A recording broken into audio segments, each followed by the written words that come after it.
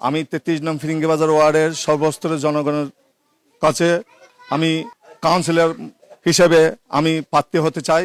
আপনারা আমাকে আপনারা সকলে দোয়া করবেন। ইনশাল্লাহ আমি যদি কাউন্সিলর হই তাহলে এই ওয়ার্ডকে মাদকমুক্ত, সন্ত্রাসমুক্ত একটি বৈষম্যহীন, সাম্য, মানবিক ওয়ার্ড বিনির্মাণ করার জন্য আমি আপ্রাণ চেষ্টা করব। আমি যদি নির্বাচিত হয়ে যদি ওয়ার্ড কাউন্সিলর হিসেবে দায়িত্ব পাই, আপনারা যদি আমাকে কাউন্সিলর হিসেবে দায়িত্ব দেন, তাইলে এখানে কোনো অন্যায়, সন্ত্রাস, চাঁদাবাজি, সিন্ডিকেট প্রথা যতগুলি অন্যায় থাকবে, সেই অন্যায়ের বিরুদ্ধে আমি সবসময় সর্বাত্মক সচেতন থাকব।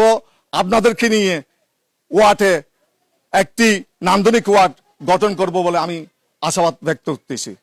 দীর্ঘদিন পর্যন্ত দলের জন্য কাজ করে যাচ্ছি। দলের দুঃসময়ে আমি দলের জন্য সাংগঠনিকভাবে কাজ করছি। মোস্তাফিজুর রহমান ভুইয়া আমার বলেন, ঢাকা দলে যদি নির্ধারিত স্থানে আমাকে পৌঁছানোর পর পদুয়ার বাজার কাউন্সিলর হিসেবে মনোনয়ন দেয় এবং মূল্যায়ন করে, অবশ্যই আমি দলের সম্মান রেখে কাজ করে যাব। আমি এইটুকু বলতে চাই, এই দল করতে গিয়ে ফেসিবাদের চক্রাঙ্গকে ভয় করি নাই, জীবন মৃত্যুকে আলিঙ্গন করে আমি সাংগঠনিকভাবে কাজ করে গিয়েছি এবং আমার বিশাল একটি কর্মী বাহিনী নিয়ে আমি দলের আনুগত্য থেকে প্রত্যেকটা আন্দোলন সংগ্রামে অংশগ্রহণ করেছি এবং আমরা যারা এখানে ওয়ার্ডে বসবাস করি, আমার একটি নৈতিক অধিকার রয়েছে। আমি সাংগঠনিকভাবে যে কাজ করেছি, আজকে সময় হয়েছে আমাকে মূল্যায়ন করার।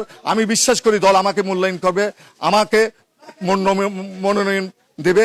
আমি ইনশাল্লাহ সর্বস্তরের জনগণের ভালোবাসা নিয়ে আমি বিজয় উপহার দেব বাংলাদেশ জাতীয়তাবাদী দল বিএনপিকে, ইনশাল্লাহ।